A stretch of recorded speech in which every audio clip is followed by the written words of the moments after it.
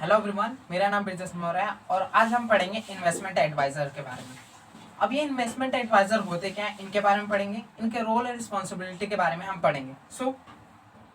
Start करने से पहले अगर आपने इस चैनल को सब्सक्राइब नहीं करा प्लीज सब्सक्राइब कर दीजिए और बेल आइकन को ना दबाना बोलिए, जिससे आपको रेगुलर अपडेट मिलता रहे। चलिए स्टार्ट करते आज का टॉपिक, इन्वेस्टमेंट एडवाइजर। अब ये इन्वेस्टमेंट एडवाइजर होते क्या? इन्वेस्टमेंट एडवाइजर कोई भी पर्सन हो सकते हैं, या वो कोई कंपनी हो, ठीक है, या वो पार्टनरशिप फर्म हो, या कोई इंडिविजुअल हो जो एडवाइस देता हो रिगार्डिंग इन्वेस्टमेंट।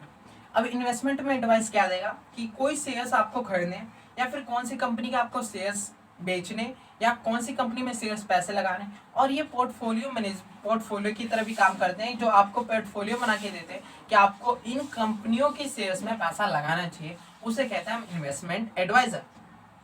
अब बात करते हैं इनकी मीनिंग की, जो अकॉर्डिंग टू एक्ट दे रखी है। Investment adviser means a person who for consideration engage in business for of providing investment advice to client और अदर पर्सन और group of person and include any person who hold outside himself as investment adviser by whatever number called. Investment adviser कोई person हो सकता है जो for consideration engage in business of जो business start कर रखा हो एज अ इन्वेस्टमेंट एडवाइजर, और जो एडवाइस देता हो अपने क्लाइंट को, वो क्लाइंट कोई कंपनी हो सकती है, कोई पर्सन हो सकता है, या ग्रुप ऑफ पर्सन हो सकता है, ठीक है, उसे कहते हैं हम इन्वेस्टमेंट एडवाइजर। अब बात करते हैं ऑब्लिगेशन एंड रिस्पॉन्सिबिलिटी की, ठीक है। पहला, an investment advisor shall act in fiduciary capacity towards client and shall decision all conflict or interest and as when they arise, ठीक है।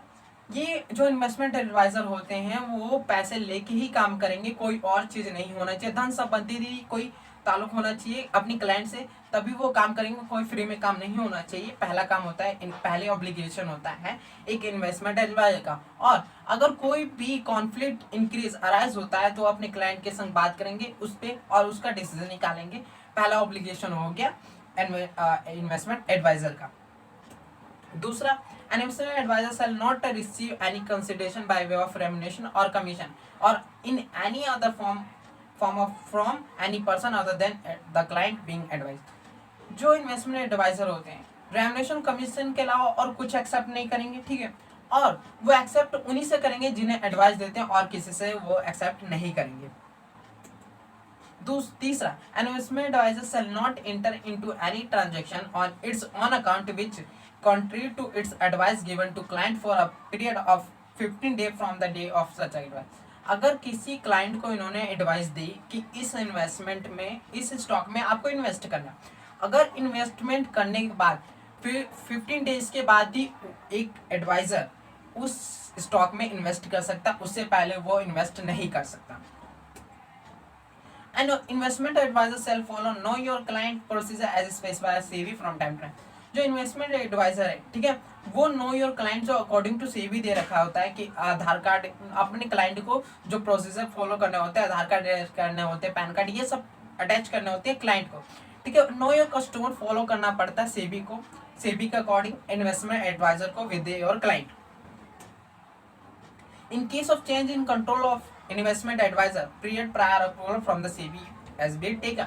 अगर कोई भी चेंजेस करते हैं इन्वेस्टमेंट एडवाइजर अपने, ठीक है, अपने आप में, तो उसे सेबी से अप्रूवल लेना पड़ेगा और सेबी को बताते रहना पड़ेगा कोई भी चेंजेस के बारे में इन एडवाइजर, ठीक है, इन्वेस्टमेंट एडवाइजर के बारे में। अब बात करते हैं कौन सा रेगुलेशन एप्लीकेबल होता है इन्वेस्टमेंट एडवाइजर के ऊपर। सेबी इन्वेस्टमेंट एडवाइजर रेगुलेशन 2013 को कंप्लाई करते हुए कि इन्वेस्टमेंट एडवाइजर को एडवाइस देना होता है रिगार्डिंग इन्वेस्टमेंट। अब बात करते हैं नेट वर्थ की।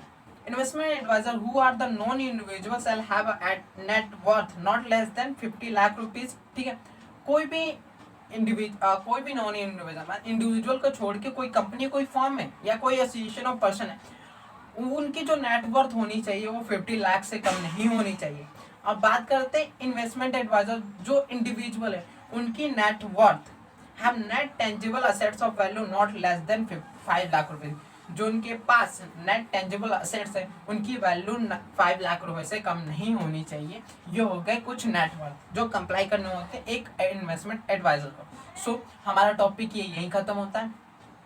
और ऐसे टॉपिक एंड ट्रिक लॉ से रिलेटेड सेक्शन जानने के लिए चैनल को जरूर सब्सक्राइब करें। Thank you so much.